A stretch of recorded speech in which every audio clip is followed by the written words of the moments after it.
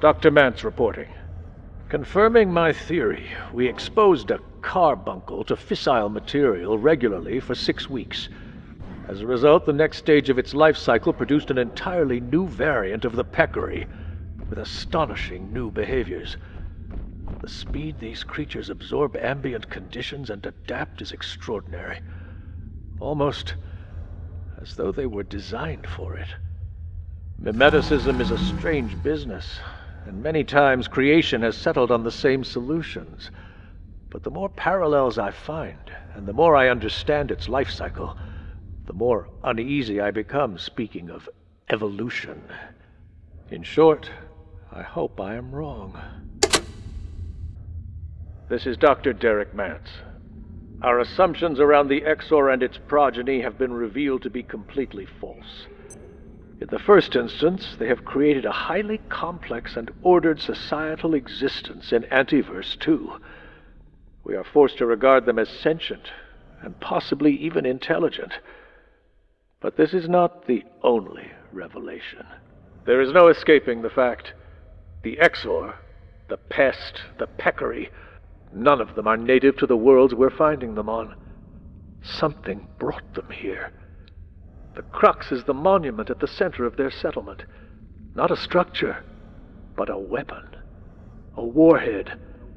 Indeed, increasingly I am sure the creature is not natural at all, but a bioweapon designed to be introduced to a region and clear it out. This is Dr. Derek Manse. How such a creature as 0139 evolved is beyond me.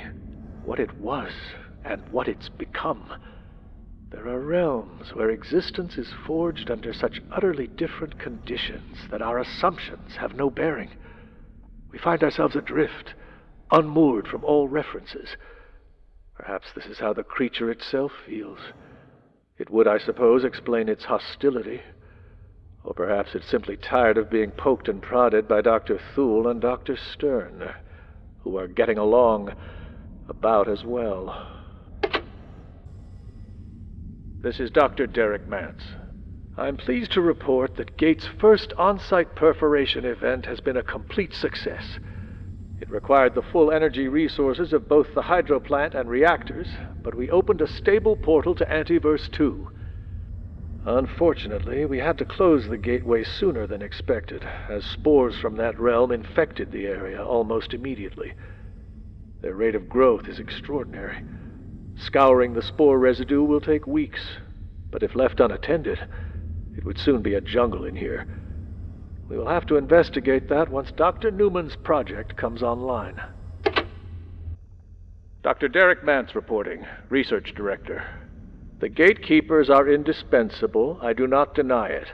They serve a necessary purpose, containing and occasionally culling some of the more unusual specimens our work requires. If ultimately their own agenda is not entirely clear, that is not what concerns me. It is their hocus pocus, their willingness to harness forces we have not analyzed or assessed. This is what I fear. Dr. Derek Manse reporting, Research Director. One of the gatekeeper mystagogues made a request to my department today. At first I could not understand a word it was saying, until I realized they were incanting something. Slowly, the words, "Deliver us weapons," appeared on the wall behind me, written, I later realized, in blood. Could someone not show these animals how to use the email system? Dr. Derek Manse, Cascade. I'm concerned that the Gatekeeper's Shadowgate facility is operating with limited oversight or accountability. Their reports are paltry, if they bother to write them, employing idioms and archaic language that is frankly impenetrable, not to mention laced with profanity.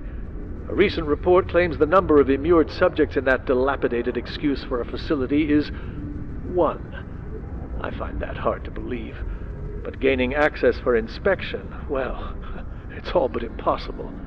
And I'm yet to even receive an IS number for the entity. I'll be emailing Keystone on this matter in the morning.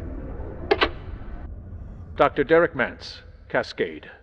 As we explore the functionality of temporal portals, we've begun to feel out some of their behaviors. It can be frustrating, like using bulldozers to make origami, but I believe Dr. Yannick is making progress. Some of the temporal perforational behavior, however, remains an obdurate mystery.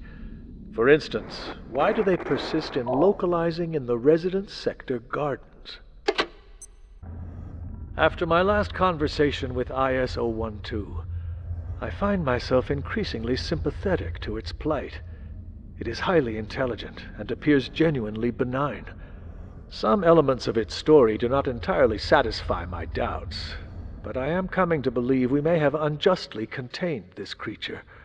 If I can verify a few key facts, we may ultimately release it. Dr. Manse, Cascade Facility.